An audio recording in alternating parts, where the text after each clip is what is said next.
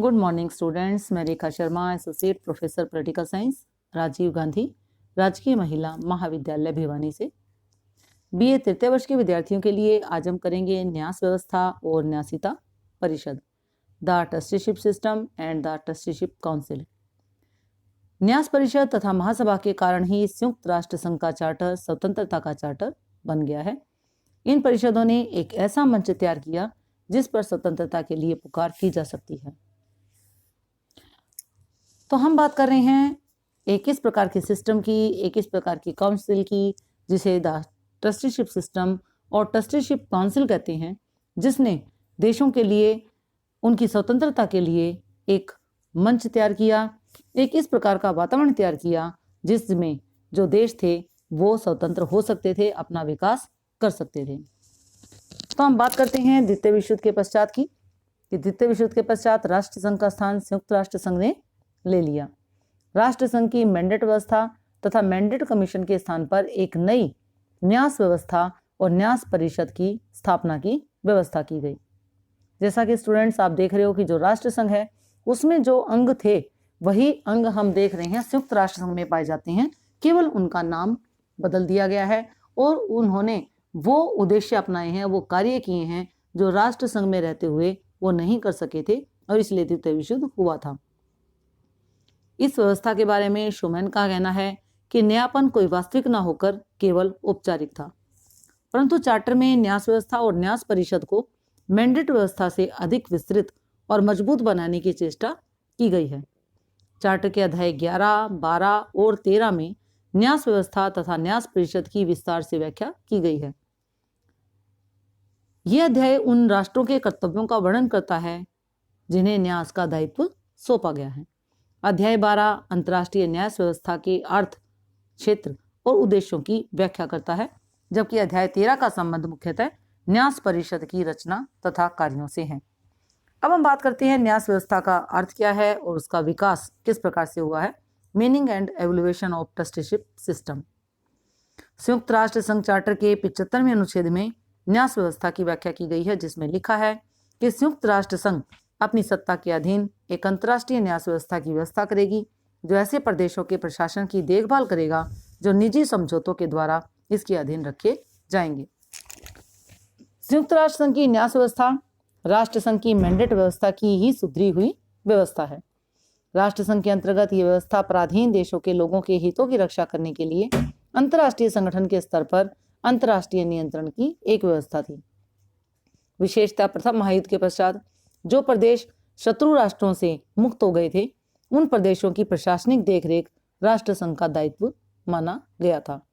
Versailles की संधि 1919 के समय यह विचार उभरकर सामने आया कि सभ्य राष्ट्रों के उन पराधीन व पिछड़े हुए देशों के प्रति कुछ कर्तव्य हैं, उन्हें सभ्य व स्वशासित होने का प्रशिक्षण दिया जाए। मैंडेट व्यवस्था इन्हीं विचारों व सिद्धांतों को क्रियान्वित करने का प्रयास था। पराधीन प्रदेशों पर अंतर्राष्ट्रीय नियंत्रण के इस सिद्धांत, और ये सिद्धांत कौन सा है, न्यास व्यवस्था का, वर्साई की संधि 1919 और सैन फ्रांसिस्को जो कि 1945 में हुआ था के बीच के काल में और अधिक इसका विकास हुआ। पराधीन देश जो इस व्यवस्था के अंदर नहीं थे वे भी अंतर्राष्ट्रीय संरक्षणों के प्रति सचेत हो रहे थे। आत्मनिर्णय के सिद्धांत तथा स्वशासन की मांग उपनिवेशों में पनप रही थी और द्वितीय महायुद्ध के दौरान उपनिवेशवाद तथा साम्राज्यवाद विरोधी विचारों को और अधिक बल मिला। एक और अमेरिका के राष्ट्रपति रूजवेल्ट साम्राज्यवाद विरोधी रुख अपनाए हुए थे, तो दूसरी ओर सोवियत संघ मार्क्सवादी व लेनिनवादी विचारों के प्रभाव के कारण उपनिवेशवाद व साम्राज्यवाद के विरुद्ध एक जोरदार प्रचार कर रहे थे। युद्ध की भयंकरता तथा भारत जैसे जो पराधीन देश थे, जो गुलाम देश थे, उनका सहयोग पाने के लिए ब्रिटेन भी उपनिवेशवाद का खंडन करने को बाध्य था। अमेरिका के राष्ट्रपति के दबाव के कारण भी ब्रिटेन को इस प्रकार के विचारों को मान्यता देनी पड़ी। परिणाम स्वरूप अंटार्कटिक चार्टर जो कि 1941 में था, जो मित्र राष्ट्रों द्वारा जारी किया गया और जिस पर ब्रिटिश प्रधानमंत्री चर्चिल तथा राष्ट्रपति रूजवेल्ट आदि ने हस्ताक्षर किए थे, में स्पष्ट लिखा है कि हम साम्राज्य विस्तार या किसी नए प्रदेश पर अधिकार नहीं करना चाहते। इसके उपरांत 1945 में सैन फ्रांसिस्को सम्मेलन में दक्षिण अमेरिका के देश, सोवियत संघ, ऑस्ट्रेलिया, न्यूजीलैंड, चीन आदि ने उपनिवेशवाद को पूरी तरह समाप्त करने की मांग की। युद्ध समाप्त हो चुका था। संयुक्त राष्ट्र संघ के निर्माण के लिए सैन फ्रांसिस्को सम्मेलन प्रयत्नशील था। फ्रांस, इंग्लैंड, हॉलैंड आदि साम्राज्यवादी राष्ट्र अपने उपनिवेशों को पूरी तरह मुक्त नहीं करना चाहते थे। संयुक्त राज्य अमेरिका भी दुविधा में था। एक ओर तो उसके नेताओं ने खुल्लम खुल्ला उपनिवेशवाद का विरोध किया, परंतु दूसरी ओर वह सुरक्षा की दृष्टि से कुछ प्रदेशों पर अपना प्रभाव बनाए रखना चाहता था। इंग्लैंड, जिसने 400 वर्षों तक साम्राज्यवाद का लाभ उठाया था, अभी इस विरासत को किसी न किसी रूप में बनाए रखना चाहता था। फलस्वरूप इन दो विरोधी विचारों, एक साम्राज्यवाद का पूर्ण उन्मूलन और दूसरे कुछ प्रदेशों पर बड़ी शक्तियों के प्रभाव के बीच की स्थिति पर समझौता हो गया। न्यास पद्धति इन दोनों के बीच का रास्ता था, जिसके अनुसार अंतर्राष्ट्रीय संगठन संसार के समस्त पराधीन देशों के लोगों के मामलों में हस्तक्षेप कर सकता था, चाहे वे प्रदेश संरक्षण व्यवस्था के अंतर्गत ना भी आते हों। इसमें 12 सदस्यों की व्यवस्था की गई थी। नवंबर 1949 में अमेरिका द्वारा प्रशासित प्रशांत द्वीप पलाऊ के स्वतंत्र होने के साथ ही इस परिषद का कार्य समाप्त हो गया तथा इस परिषद को वर्तमान में समाप्त करने का फैसला किया गया है। अब हम बात करते हैं इसके उद्देश्यों की कि न्यास व्यवस्था के मुख्य उद्देश्य क्या थे। Basic objectives of trusteeship system. Charter का अनुच्छेद 76 न्यास व्यवस्था के उद्देश्यों की व्याख्या इस प्रकार से करता है। अंतर्राष्ट्रीय शांति व सुरक्षा को बढ़ावा देना, न्यास प्रदेशों में बसे लोगों की राजनीतिक, आर्थिक, सामाजिक और शैक्षिक उन्नति तथा स्वशासन अथवा स्वतंत्रता की ओर निरंतर उन्नत विकास को बढ़ावा देना, मानव अधिकारों के प्रति सम्मान तथा सबके लिए बिना भेदभाव के मूल स्वतंत्रता के विचारों को प्रोत्साहित करना और संयुक्त राष्ट्र संघ के सभी सदस्यों और उनमें बसे लोगों में सामाजिक, आर्थिक, वाणिज्य संबंधी मामलों में समान व्यवहार तथा न्यास सुरक्षित करना या सुनिश्चित करना। तो हमने देखे 4 इसके उद्देश्य हैं। पहला उद्देश्य आपने देखा अंतर्राष्ट्रीय शांति और सुरक्षा को बढ़ावा देना, to encourage international peace and security. दूसरे नंबर पर आपने देखा कि जो न्यास प्रदेश हैं उनमें जो लोग बसे हुए हैं उनकी राजनीतिक, आर्थिक, सामाजिक, शैक्षिक उन्नति और स्वशासन और स्वतंत्रता की ओर निरंतर उन्नति करना और विकास की तरफ ध्यान देना। तीसरे नंबर पर आपने देखा कि मानव अधिकारों के प्रति सम्मान और सबके लिए बिना भेदभाव के मूल विचारों को, स्वतंत्रता के विचारों को प्रोत्साहन करना। और चौथे नंबर पर आपने देखा कि संयुक्त राष्ट्र संघ के सभी सदस्यों तथा उसमें बसे लोगों में सामाजिक, आर्थिक व वाणिज्य संबंधी मामलों में समान व्यवहार तथा न्याय सुनिश्चित करना। अब हम बात करते हैं न्यास व्यवस्था में सम्मिलित प्रदेशों के बारे में। Territories covered under trusteeship system. संयुक्त राष्ट्र संघ की न्यास व्यवस्था के अंतर्गत सम्मिलित प्रदेशों का उल्लेख चार्टर में 2 अलग अलग अध्यायों में किया गया है।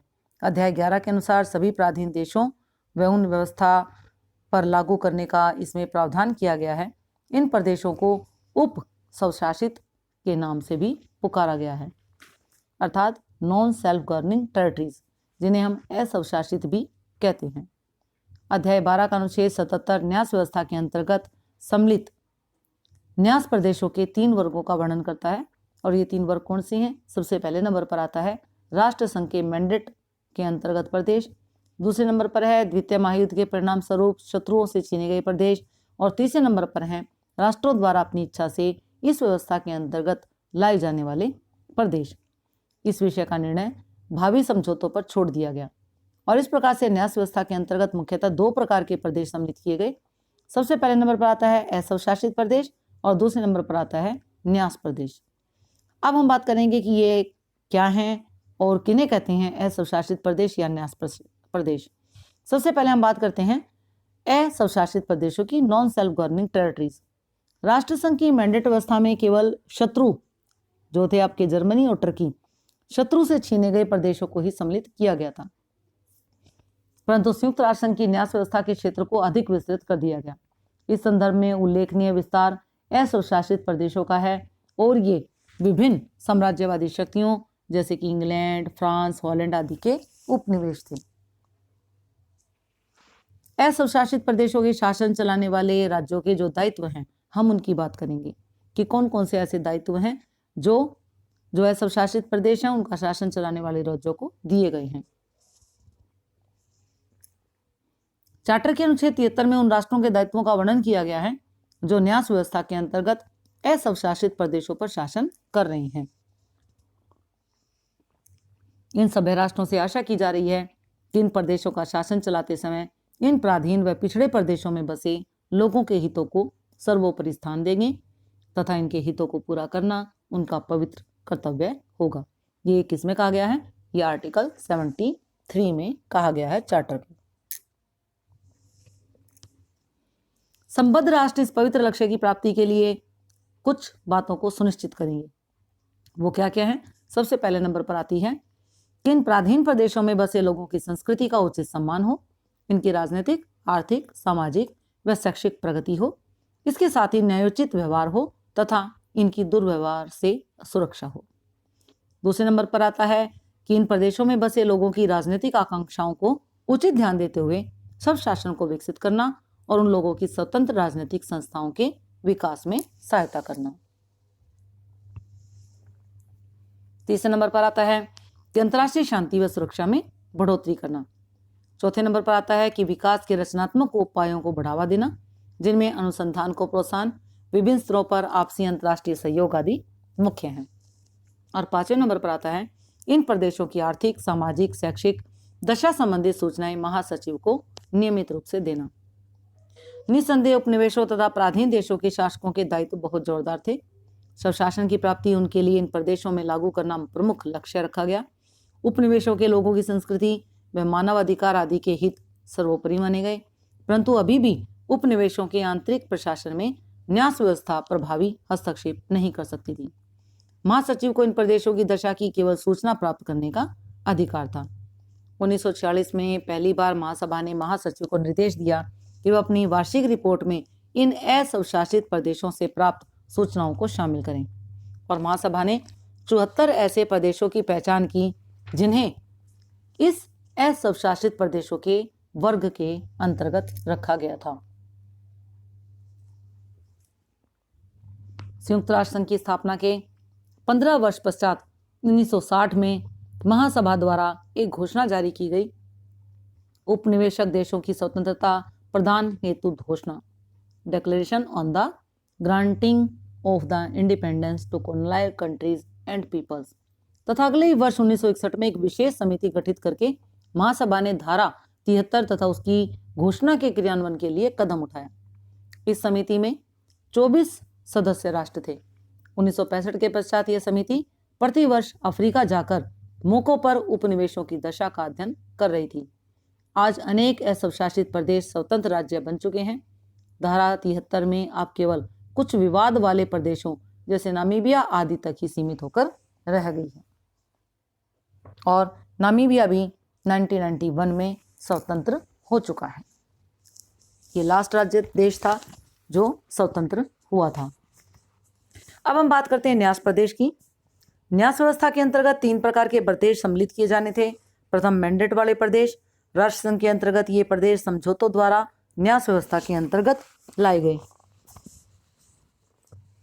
दक्षिण अफ्रीका ऐसा राज्य था जिसने इन प्रदेशों को न्यास व्यवस्था में लाने से स्पष्ट इनकार कर दिया। दूसरे वे प्रदेश जो द्वितीय महायुद्ध के पश्चात शत्रु राज्यों से मुक्त हुए और वे भी इस व्यवस्था में समझौतों द्वारा शामिल कर लिए गए।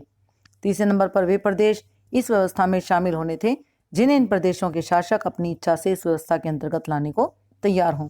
ये उल्लेखनीय है कि किसी भी देश ने अपने अधीन प्रदेशों को न्यास व्यवस्था के अंतर्गत लाने की इच्छा नहीं की। दिसंबर 1949 तक न्यास समझौतों के द्वारा जिन प्रदेशों को न्यास व्यवस्था के अधीन लाया गया उनकी कुल संख्या 11 थी। ये प्रदेश भी 2 भागों में विभक्त थे। पहले नंबर पर है सामरिक महत्व के प्रदेश जिन पर सुरक्षा परिषद का नियंत्रण था, और दूसरे नंबर पर आता है सामान्य न्यास प्रदेश जो महासभा व न्यास परिषद के अधीन थे। अब ये सभी प्रदेश स्वाधीनता प्राप्त कर चुके हैं। नेक्स्ट चैप्टर में हम बच्चों करेंगे मैंडेट व्यवस्था तथा न्यास व्यवस्था में तुलना, और इसके साथ ही हम न्यास परिषद की रचना, शक्ति और कार्यों का भी उल्लेख करेंगे। धन्यवाद।